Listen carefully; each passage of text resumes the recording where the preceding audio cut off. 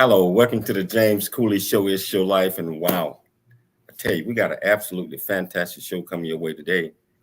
I mean, this story that we're going to talk about today is probably going to be home touching to many of us. Especially if you experience your parents getting divorced and other things, and it's kind of close to me.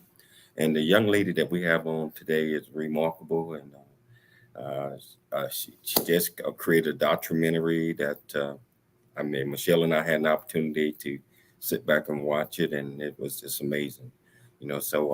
Wherever you're watching this at, whether you're watching on E360 television, YouTube, StreamYard, over 25 other live streaming mechanisms, you want to be part of the conversation, all you have to do is just go to the comments, ask any question. I promise I'll get you on.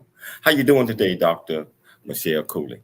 I am doing great. I had an opportunity to talk to the guest today before the show started, and just complimenting her on an amazing documentary about the topic we're going to discuss today. And I can honestly say, like you said, a huge amount, I would say a huge percentage of people have gone through this, are still going through this. And it's all about how it affects not only parents, but also children as well. We're going to learn a lot from this amazing change maker. And I'm just really excited to have her on the show. I don't think an hour is going to do her justice regarding this topic, but we're just going to get into the meat and bones of it all. And like I said, I'm really excited to have her on the show today. I'm excited because you mentioned, many of us went through that, and a lot of times, I guess the parents and the children are selfish in their own ways, and we have to be able to mend whatever situation or circumstances that might have occurred. That both parents need to be in every child's life. So I want to get started with this, and I tell you, Michelle, can you please introduce the title of the show, the purpose of the show, and introduce this absolutely fantastic guest? Yes, the title of the show is Reversing Parental Alienation and Getting to Know ChangeMaker and film director Ginger Gentile, and talk about the factors involved in parental alienation and how to reverse it.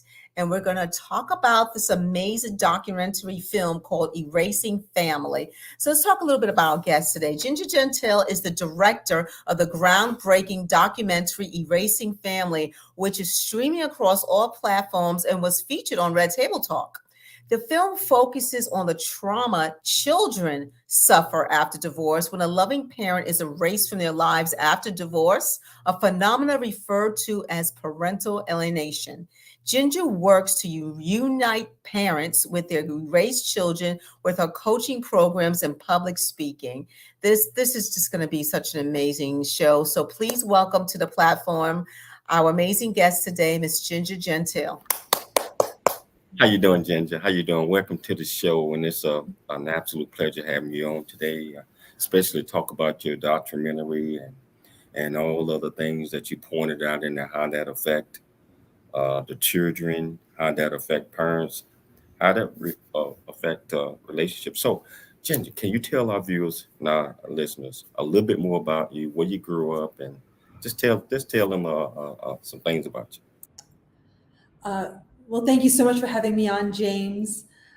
I grew up on Long Island, and my parents got divorced when I was 13, and it was a very, very messy divorce. There was a lot of fighting.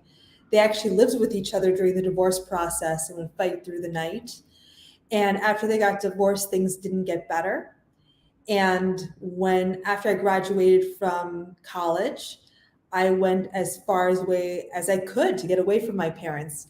And that happened to be in Argentina, a country I had no connection to, a country I didn't speak the language, and a country where I stayed for 13 years. But this topic found me. So when I was there, I met a man, I fell in love. And the first thing he tells me is that it's been 6 years since he'd seen his daughter. And like a lot of people hearing this, I'm like, well, there must be something wrong with your lawyer. There must be some mistake. Let's just go to the courthouse and see what we can do. And that's when I discovered how big this issue is, how many people are affected by this. And he had a great lawyer. and he was unable to see his daughter. And when that happened, I decided to make a film called Erasing Dad that came out in 2014 about the fight of fathers to see their kids in Argentina. And it focuses on fathers because in Argentina, custody automatically went to the mother. And then after the film came out, they changed that law so that there was no more gender bias in the law, that both parents should be judged equally on their merits, and that also that joint custody was allowed. Before the film, it wasn't even an option. Only one parent got custody. And then I went back to the United States and I decided to make my follow-up film, Erasing Family. Wow. Those who have not gone through this, there's always a stigma that, okay, if there's only one parent in the child's life, it's probably something wrong with the other parents. That's why the custodial parent is keeping them from the other parent, or the guy is doesn't want to pay child support, he wants to spend it on something. There's so many stigmas. So divorce is always difficult for not only the parents but especially for the children. What makes parental alienation especially traumatic? So my definition of parental alienation is that parental alienation is conditional love. Parents are supposed to give their children unconditional love, but in a divorce, a parent, because they want revenge, they hate their ex, or because, and this is the most common, they are repeating the traumatized patterns from their childhood.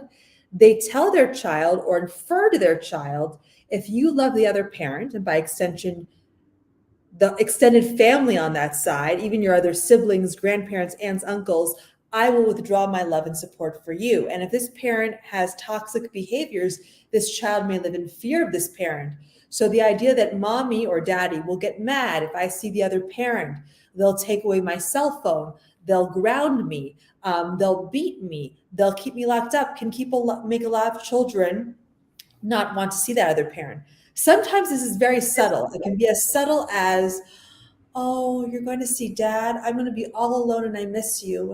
And when you're away, I'm sad. Or if anything happens when you're there, if you feel unsafe at any moment, you call me. You call me. I want you to call me every hour because we don't know when daddy will become unsafe.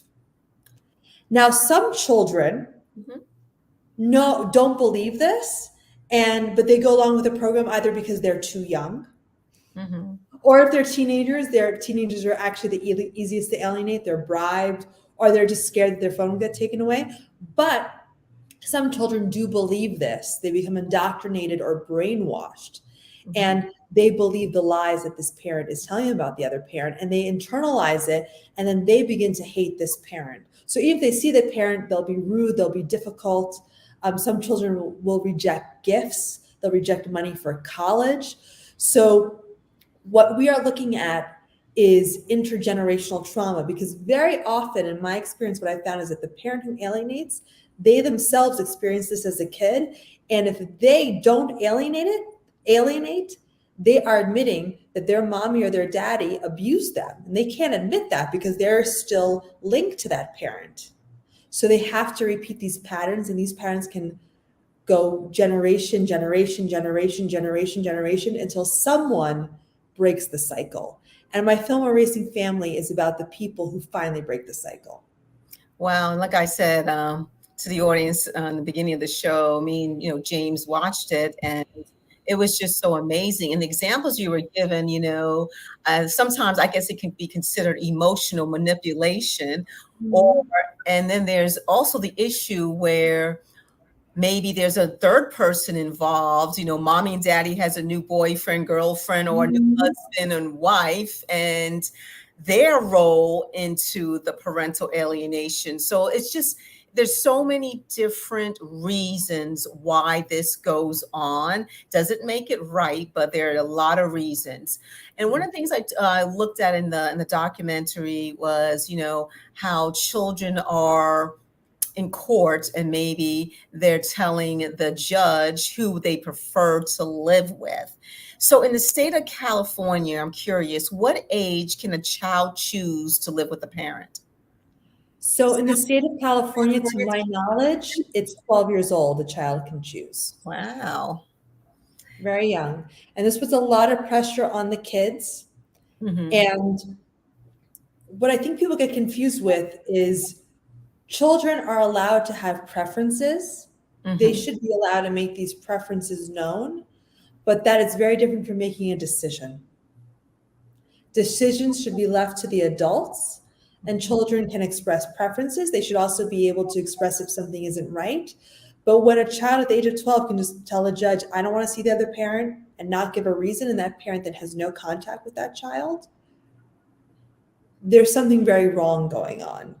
Um, and what I advise, because I'm also a coach that works with parents appropriately, my program is called reversingparentalalienation.com if people want to look it up. Mhm. What I advise parents of teenagers is to say, you know what? Lots of teens hate their mom and their dad and are angry at them and are embarrassed by them. And the job of the parent is to keep showing up. So you're allowed to not like me. Mhm. You're allowed to sulk. You're allowed to do whatever you want, but I'm not going to stop going to see you. I'm not going to stop going to your games. I'm working with one mom right now whose children are saying, stop stalking me. How is she stalking? She's going to their lacrosse games. And then Wow. then the therapist is like, well, maybe you have to listen to boundaries. And I was listening to this. I'm like, your moms don't have boundaries. That's how crazy making this is. Children, like I said, they don't have to like certain things. We can't obligate children to like things, but to say that they can withdraw from family or call a parent going to a game stalking or Mhm. call a dentist stalking, these are extreme behaviors, but often the courts don't recognize them and they don't do anything to stop them. Wow, because we were teenagers once, and we were mad at our parents. Oh, We go to the parent that's agreeable with what we want to do. yeah. So if a parent can't visit their child, let's say the court awards them visitation rights, Right. but for some reason the custodial parent is not agreeing to it, or Right. it's done. Can the parent who wants visitation rights, can he or she go back to court? And how long is that process? So people can go back to court as many times as they want. Mm-hmm. It's civil court. Mm-hmm. The problem is because it's civil court, you have no right to an attorney. So saying my ex is in contempt, I'm not seeing the child, Mm-hmm. depending on how you want to do it, you could do it pro se, which means you represent yourself. Mm-hmm. And judges sometimes don't like people who self-represent. That motion could be a few $1,000s. It could be $20,000, $30,000, $40,000. So a lot of times, and then, the judge could say to the other parent, I'm giving you a warning, let them see the kid. And it doesn't happen. So you have to go back to court again. I'm giving you a warning now. Now I'm very upset with you. You need to let the other parent see the kid. Go back to court. I have one case where the father was fined $10,000 for not letting the mother see the kid, and he just paid the fine. Oh my gosh. He was like, Wow. okay, keep fining me. I got money. And that's a huge fine. Most of the time the courts will do a $50 or $100 fine. Yes. So this is what's different between people fighting in divorce or saying something bad about the other parent, which isn't good, but is common.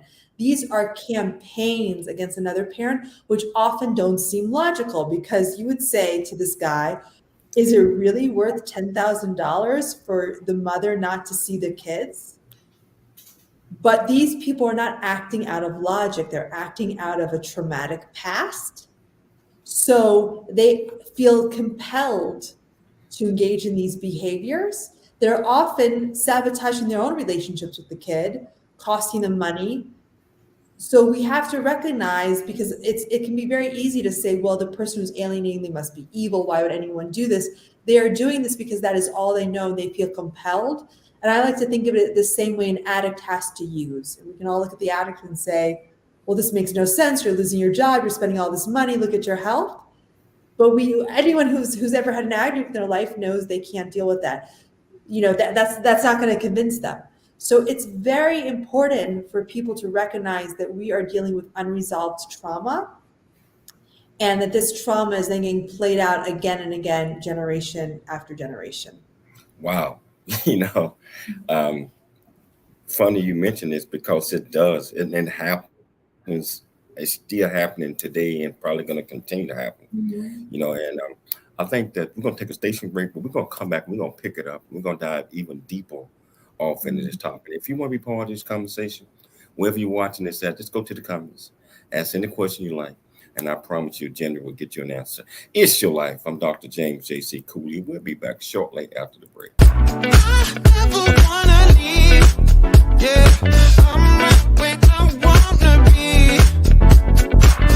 We got something you and me, and I can't get rid of this feeling. Just like a magnet, we're just like a magnet. The things we have can't be taken for granted. Now I know that it has always been you.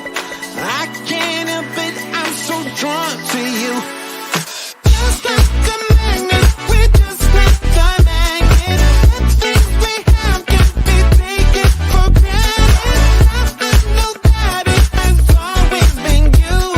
I can't help it, I'm so drawn to you. Hey, I'm so drawn to you. I'm so drawn to you. Yeah. Really get a chance to know who you are. And once you know who you are, you truly know who you are, love who you are. Love who you are. You're a masterpiece. Love who you are. Love who you were born to be. Love me some me. That's what I'm talking about. When you leave high school, you gotta know today or tomorrow, hopefully today, what your plans are.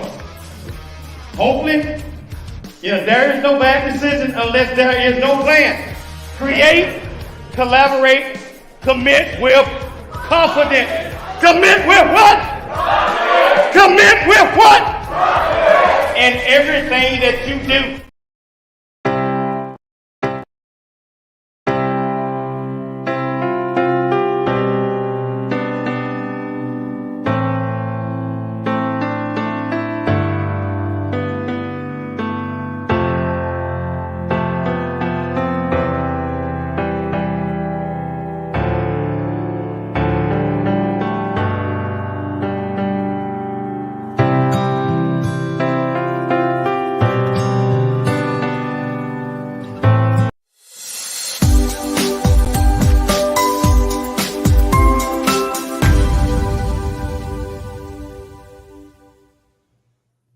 Welcome back to the James Cooley Show. It's your life, and I tell you, we sitting back, we're talking about something that's extremely important, and just getting your hands wrapped around it because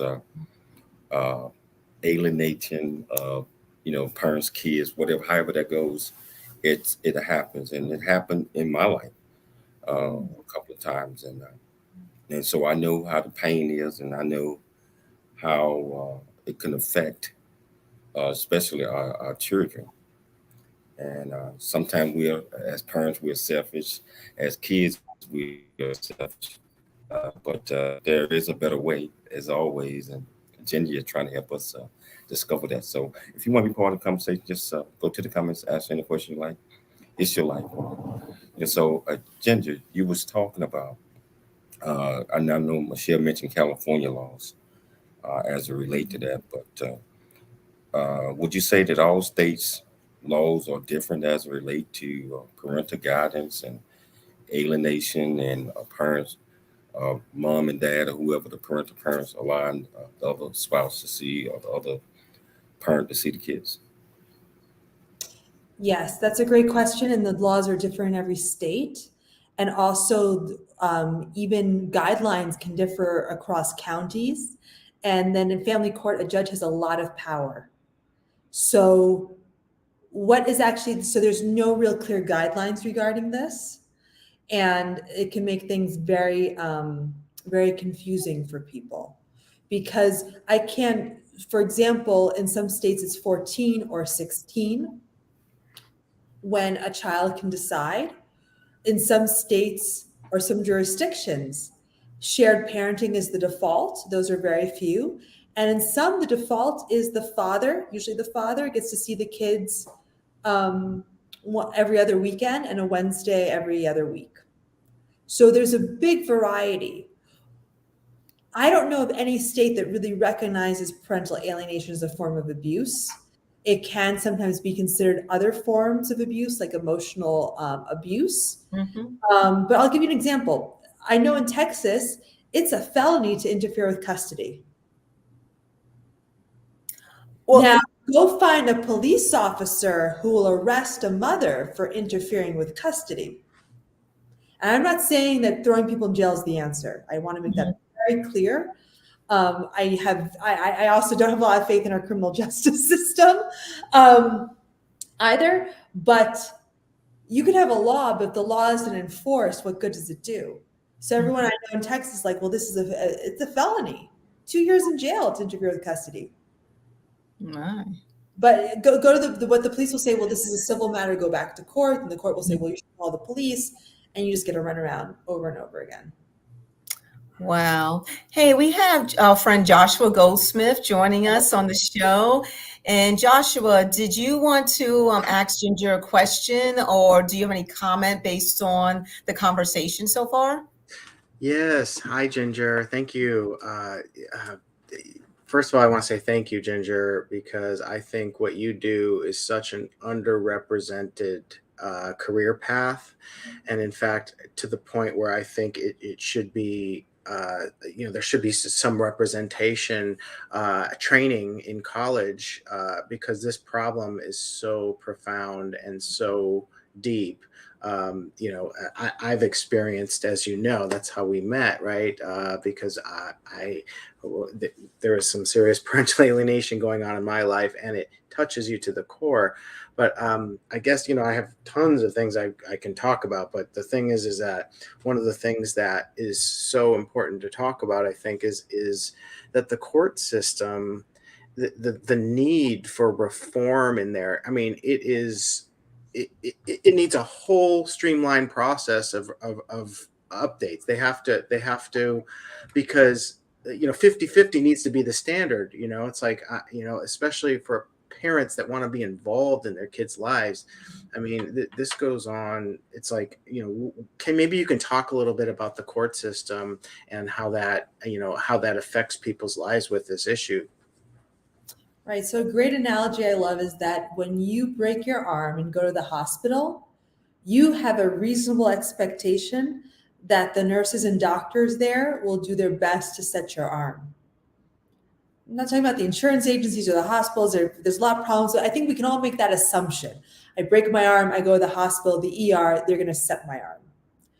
When we have a problem, go to family court. And I want to remind people, most divorces settle with no need to go to court, either because there's few assets, there's the parents are in agreement. So what we're talking about is the 10 to 20% of the cases that are often considered high conflict. So let's say you cannot settle on your own, and let's say that you go to mediation and mediation doesn't work.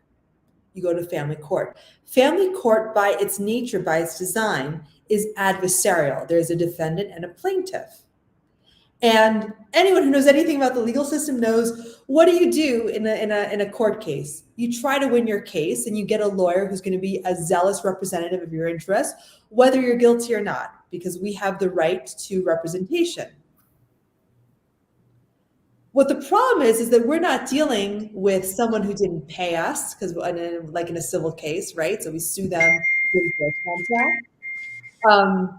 We're not dealing with a criminal case where there's a high standard of evidence. This is a family that is going to have to keep on existing at a very minimum standard until the kid is 18.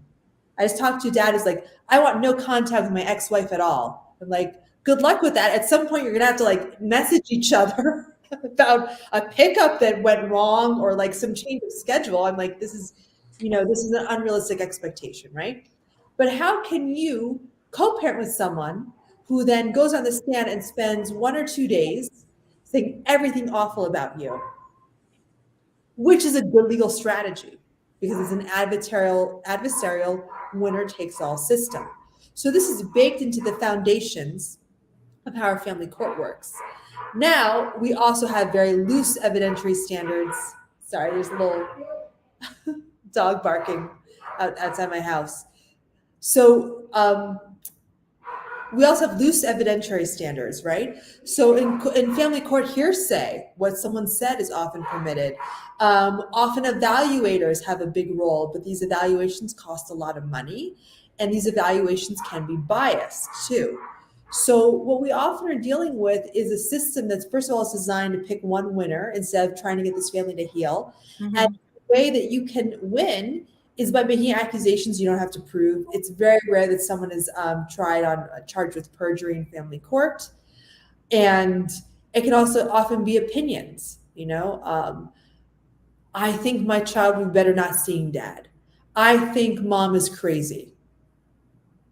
And then mom shows up at court crying because she can't see the kids. And everyone goes, oh, she looks pretty crazy. So you also take parents who can't see their kids, who are accused of things, and then they show up acting like that. And the parent who's doing the accusing, they're calm. And what I often tell people who I coach and work with at reversingparentalalienation.com is the other party has no incentive to change because they have the kid. They're winning. Because people are like, well, if I could just get the other person to change, to realize, I'm like, why? They got everything they wanted. And you're suffering, which is also what they want. They're winning. They're happy. They're not going to change. The only person who can change this dynamic is the alienated parent. And there are ways to change this dynamic. Sometimes it is using the courts, sometimes it isn't. But what often alienated parents are in, and they're also this trauma situation because for some reason they chose an alienator to marry and have a kid with. So there's something going on there too. And there are behaviors that are also contributing to this. And instead of seeing this as a way to blame the alienated parent, it's wonderful because this is something they can work on. Because the only thing we can control is our own behavior and how we react to stimulus. We can't control the other people, right? I set a boundary and the other person didn't respect my boundary. I'm like, yeah, the other person can do whatever they want. The boundary is for you. What are you going to do now that the person didn't do what they were supposed to do? That's your boundary. Not saying to the other person, you should do this. People can do whatever they want. And I can tell you as a former alienated parent is like kids. First of all, you're dealing with kids, your kids, and everyone out there that's had kids before, that your children are more important than your own life. I mean, they are your life. They are your life. And so as if something happens, like I would go and take my daughter, drive from San Diego to pick her up for a Padre game. And mom would say, sorry, I didn't agree to this, even though I have a text that says she did agree to it. And it was my day. I just picking her up for a couple hours. Well, that is you mentioned, is it evil? It's the first experience I had in my life that I thought, okay, well, evil is incarnate. There is a force here because you're messing with the connection that dad has with his daughter, and the court system, if they're going to get involved, first of all, they need to totally change the system, and they have to have an actual interest to help people. If they're saying that this is for the best interest of the kids, this is not the best interest of the kids to involve them in a messy court case where they have to come up with money that's supposed to go to the kids' college education. There should be some streamlined course where a standard is at least 50-50 to start off, and then have some sort of mandatory mediation where they want to actually get to the bottom of the issue instead of sending, you need to go to a psychologist and get a total psychological evaluation on the family. And this takes months, if not years. And in the meantime, the alienated parent is missing out on their kid's life that you never get back those times. And Josh, hold that thought. James, I think we have to take a commercial break. Okay. Yeah, we're going to take a station break, but we're going to come back and I'm going to sit back and continue to listen to this great discussion. So if you want to be part of the conversation, all you have to do is just go to the comments and join in on the fun. It's Your Life. I'm Dr. James J.C. Cooley. We'll be back shortly after the break.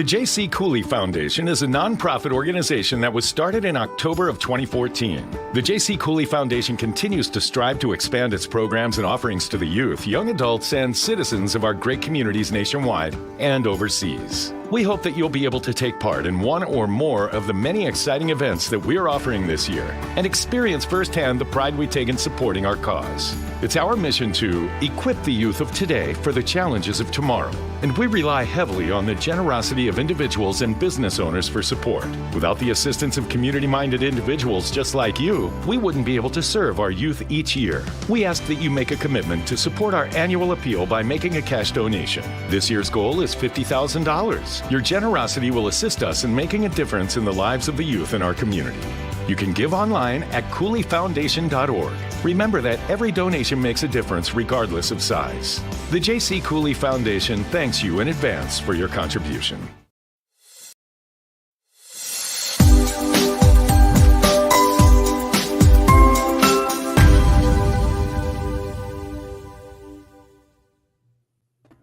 Hello, welcome back to the James Cooley Show. It's your life, and I tell you, I'm just fascinated to sit back, just understanding all of this that Jenny is talking about, and I'm also, listening to Joshua as he relate his previous situation a while back to some of the things that he experienced, and you have the same opportunity just by going to the comments and just asking Jenny any question that you like.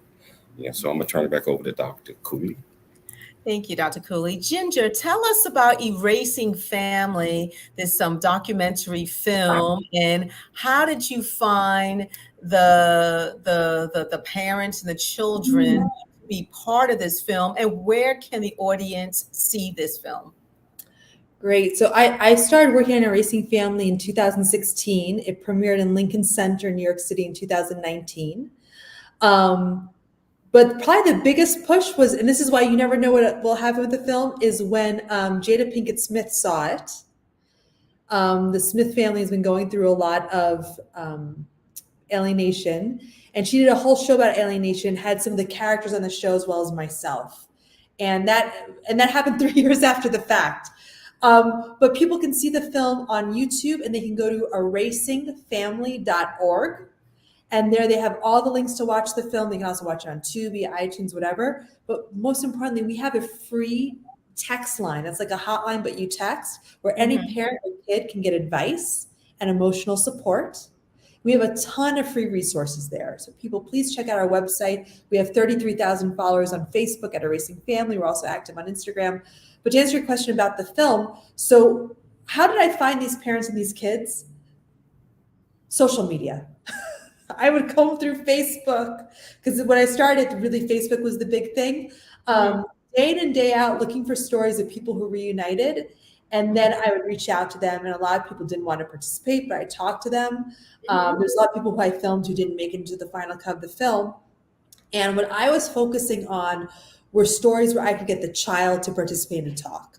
Because I had done a film before where I only was able to talk with the dads, and now I was able to talk with parents, moms and dads, because this also affects moms, but most importantly from the kids. So I have a kid as young as 12 in the film who reached out to me. Of course, I got her parents' permission. And then I also had teenagers and young adults who were trying to heal their family. And this is inspiring, but also we need to acknowledge these children were put in a position to heal their family very young. So that's a beautiful thing. It's also not a great thing. That the kid has to heal the family and become the parent in a way, right? But these were kids who looked for their parents and tried to heal their families. And one of the cases, it's a stepmom who does the alienation. She even gets her name on the birth certificate. Oh yeah. She cuts the mom out of the photos, and she admitted to it. I didn't think she was going to admit to that.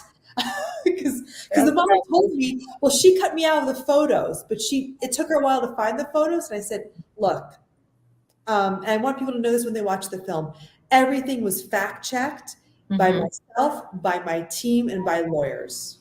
And if someone said something, I was like, do you have proof? And if they didn't have proof, it didn't get in the film. So if someone said, my ex threatened me, I'm like, in a letter? No, verbally, I'm like, I can't put that in the film. Exactly. So I was very cautious. So when the mom said, I was cut out of the family photos, I'm like, do you have them? She eventually found them, but she's like, no, like, I can't put that in the film unless she admits to it. I'm like, I don't think she's going to admit to it. So what I said to her was like, sometimes people cut the parent out of family photos. It's very common. Have you ever done this? And she goes, oh, I did, but I was just trying to resize the photos, and then I didn't want to throw the mom out, so I put them in an envelope and sent them back to her because I'm a good person. Yeah. But I want to draw your attention to something here, and this is what is different about when people look into this. So if you go to the YouTube comments of Erasing Family, almost every comment is like, wow, what's going on with the stepmom, and why does the stepson who becomes adopted not see what's going on?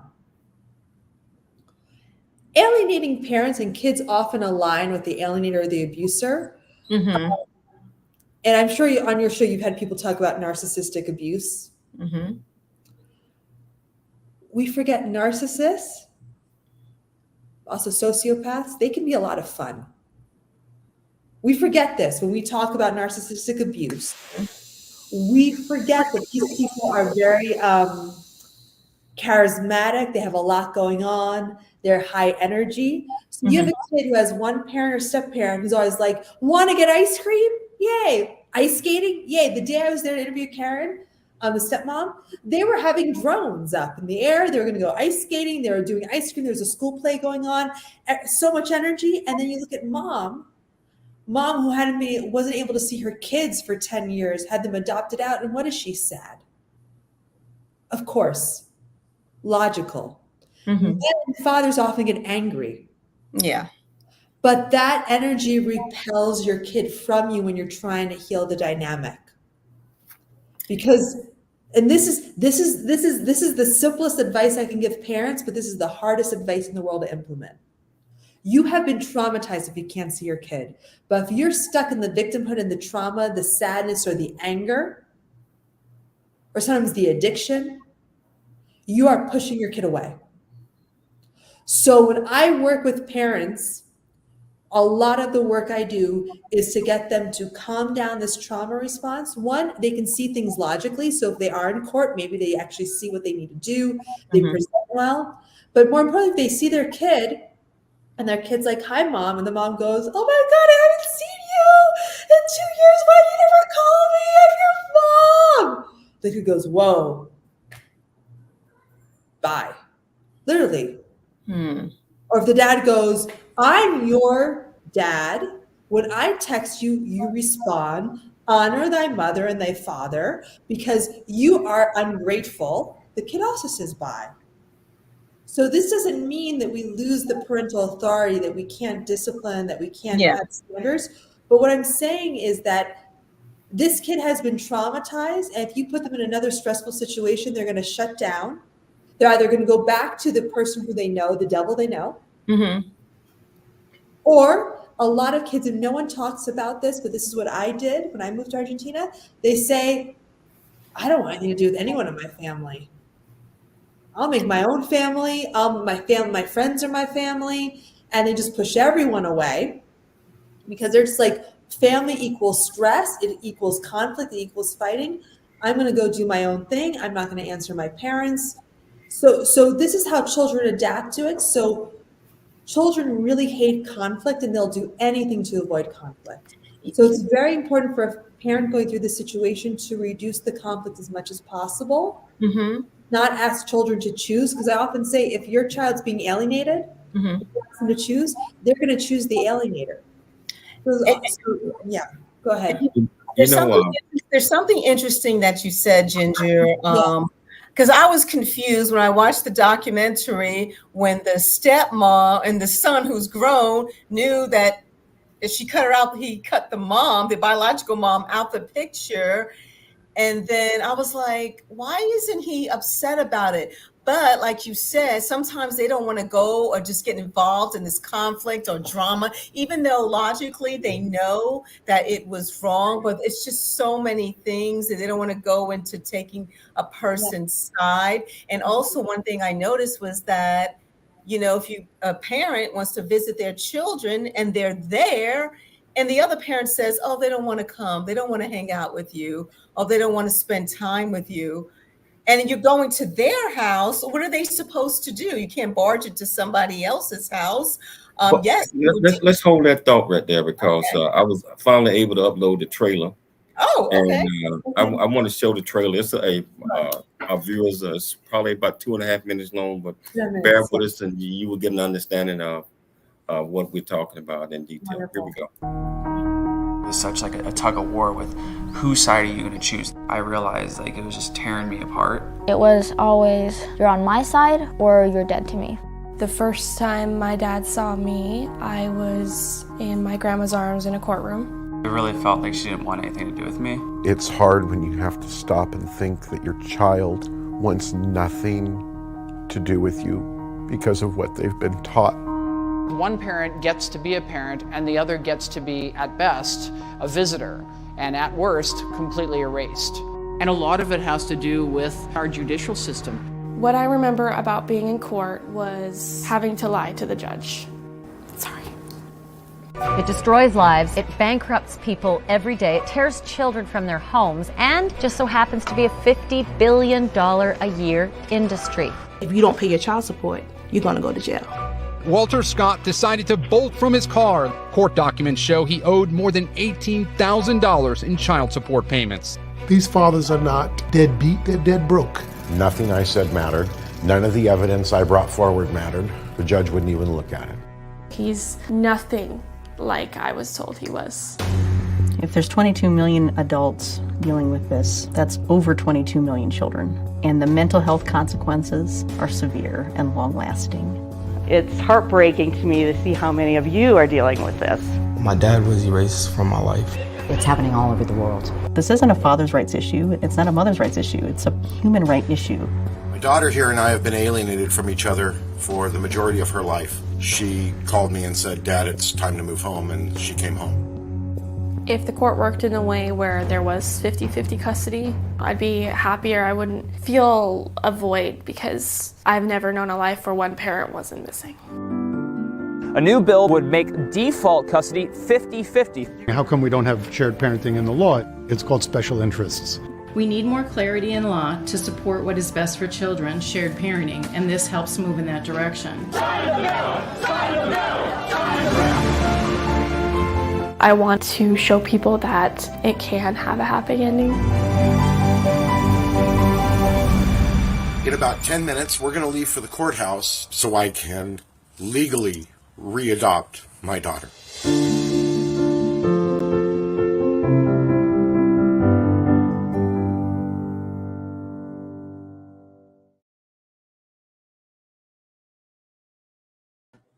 Wow, what a powerful trailer. So I know the movie, in which Michelle and I had an opportunity to watch it, is even powerful than that. And Michelle, you was asking a question, and Ginger, I didn't mean to cut you off, but I thought it was important that we let our viewers and our listeners see the trailer. And sorry it took so long to get it uploaded, but we did. So Michelle, you can ask that question again, and we'll turn it back over to Ginger. No, actually, I know we're getting ready to go to the station break, but I just wanted to make a comment. When I saw the film, and Ginger just mentioned that the thing about the young man who's grown and the stepmother cut the biological mother's picture out, I was like, why isn't he upset about it? But as Ginger explained, whether you're a young kid, a grown man, a woman, sometimes you just don't want to deal with the trauma or just the conflict, even though logically you know certain things are wrong. Sometimes it's just too much, but I'm going to leave it at that, and I guess we're going to the station break. We're going to take a station break, but when we come back, we're going to follow up on that question that you asked prior to us showing the video, and we've got a lot more coming your way. And if you got any questions, I know you got some there after watching that trailer. Just go to whichever platform you're watching on, ask Jenny any question you like. We'll be back shortly after the break. It's Your Life. I'm Dr. James J.C. Cooley.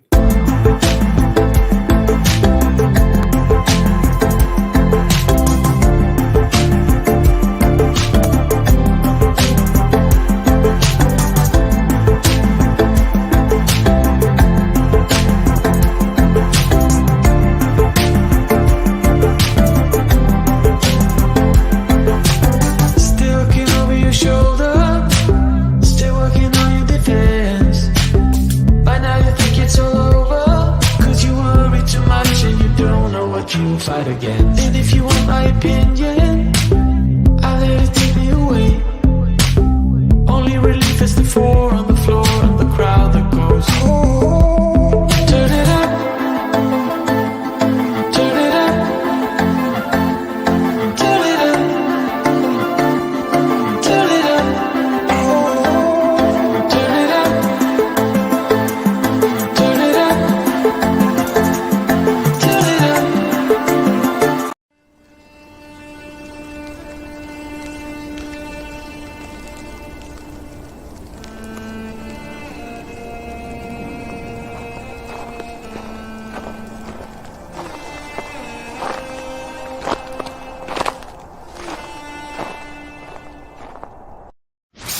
Life is a series of circles and cycles, phrases and stages. These experiences teach you the lessons of life. You can either ignore them or embrace them. Welcome to It's Your Life with James Cooley. James is a motivational speaker, author, military veteran, and founder of the J.C. Cooley Foundation. James is here to equip you to strive for greatness and overcome adversity. It's time to get you equipped today for the challenges of tomorrow. Now, here's the host of It's Your Life, James Cooley.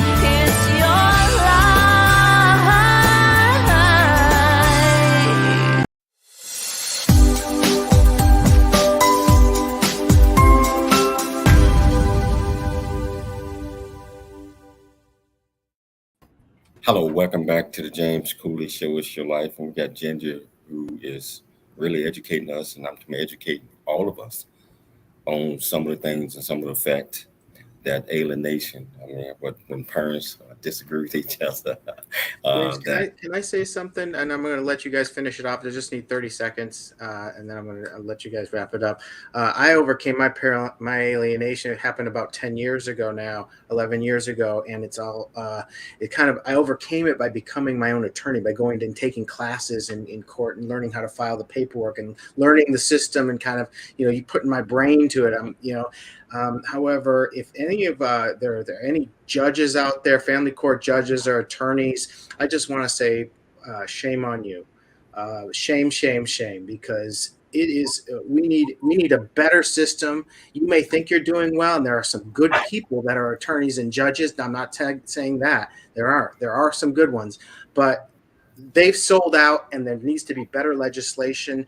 It's $1 billion industry. They've sold out our kids for $1 billion industry. There's a movie called Divorce Corp out, and you can watch it. Educate yourself on the system, and there needs to be a better way, because there are so many heartbreaks out there. There's so many parents that are getting the raw deal because they don't have the money to fight, and they're losing time that they'll never get back with their kids. And that's all I want to say. I want to say thank you so much, Ginger, as well. Well, I want to say something to that, Josh. Now, we can't put everybody in the same category. I'm talking about all the judges, all the lawyers, and we can't do that. Especially because the system is the way it is. It needs a complete overhaul. It's family court. It's not regular court.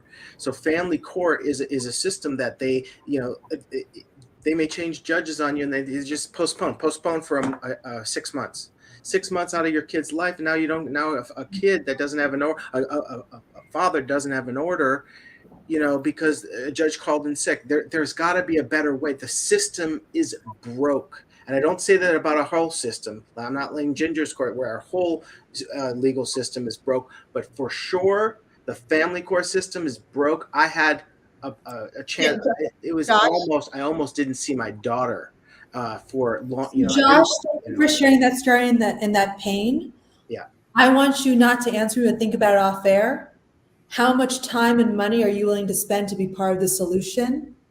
Because there's a lot of people working on reform, but they need time, they need money, they need expertise. Go seek them out. Turn that pain into light.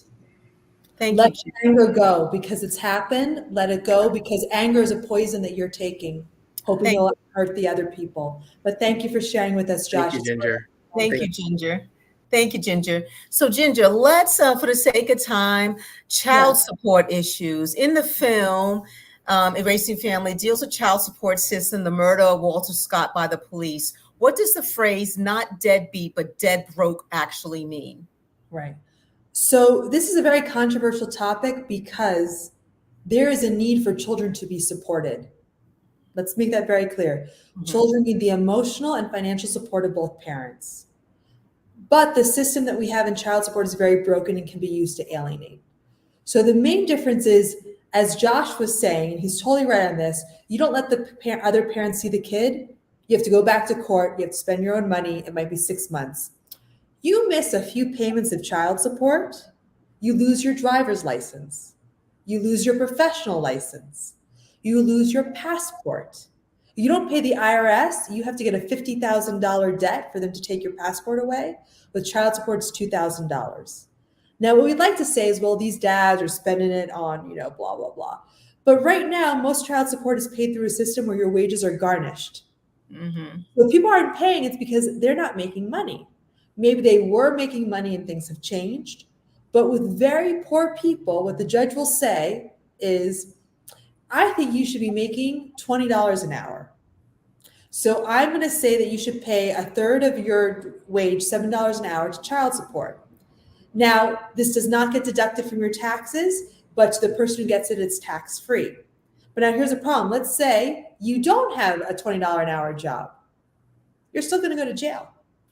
Wow. So what the system, and this is the big problem, is first of all, the government takes part of this money, and we see Dizzy in the film who says he's paid all this money, child support.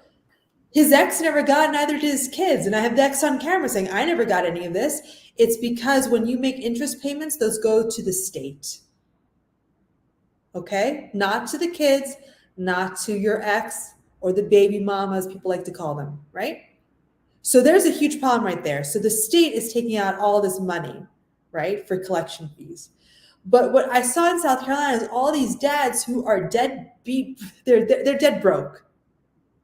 But they have to pay this child support. Why? Because this was designed to replace welfare. So the government said, instead of the taxpayer funding for these kids, we're going to get the parent to fund for these kids, which is great if you're making a lot of money.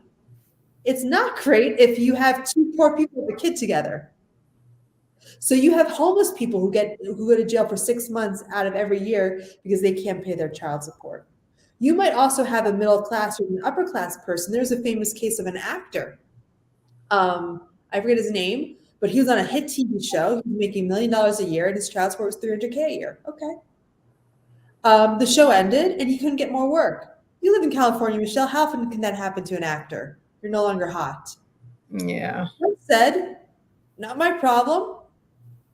You're either going to go to jail forever until you come up with $1 million because it's 3 years of back support. So he got out of the country, and he lost contact with his children.